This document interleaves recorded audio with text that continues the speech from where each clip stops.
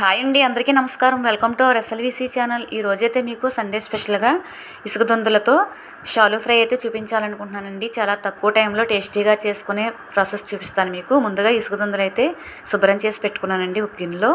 తర్వాత వచ్చేసి మీకు పేస్ట్ రెడీ చేసుకుందాం. మిక్సీ జార్ తీసుకుని ఒక ఉల్లిపాయ కట్ చేసింది వేసుకున్నాను, ఒక 5 పచ్చిమిర్చి వేసానండి. దాంట్లోకి వచ్చేసి మీకు 1 స్పూన్ గరం మసాలా, 1 స్పూన్ కారం, రుచికి సరిపడగా ఉప్పు వేసుకున్నాను, కొద్దిగా పసుపు, 1 స్పూను అల్లం వెల్లుల్లి పేస్ట్ కూడా వేసాను. దీంట్లోనే మనం కొత్తిమీర మిక్సీ పట్టేసుకుందామండి. ఒక గుప్పుడైతే కొత్తిమీర కూడా వేసుకున్నాను. దానిపైన కొద్దిగా నిమ్మరసం పిండుకుని ఇదైతే మిక్సీ పట్టేసుకుందామండి. పేస్ట్ లాగా మెత్తగా అయితే పట్టేసుకోవాలి. కారం ఇంకా ఎక్కువ వేసుకునే అవసరం లేదండి, పచ్చిమిర్చి స్పైసెస్ సరిపోతుంది మీకు. దీంట్లో మనం ముందుగా శుభ్రం చేసి పెట్టుకున్న ఇసుక దుందుల్లోకి ఈ పేస్ట్ అంతా వేసేసుకునండి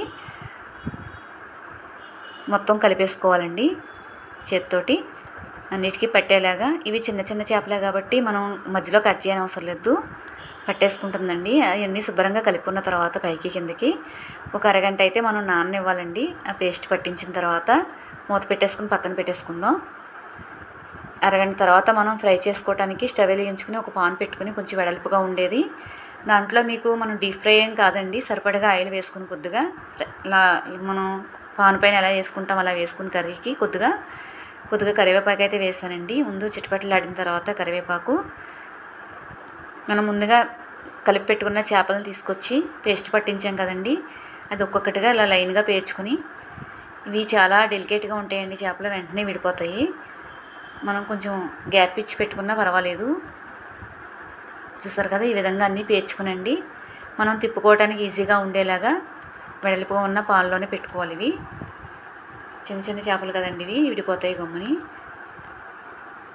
చూసారు కదా, వీటన్నిటిని ఇలా పెట్టుకుని కొద్దిగా పేస్ట్ కూడా పైన వేసానండి నేను, ఆ గ్రేవీ కింద వస్తుంది అనేసి మనకి.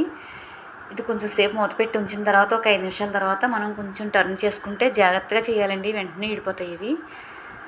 మనం తీస్తుంటేనే మెత్తగా అయిపోతూ ఉంటాయి అందుకనే. కానీ టేస్ట్ అయితే చాలా బాగుంటుందండి ఇలా ఫ్రై చేసుకుంటే.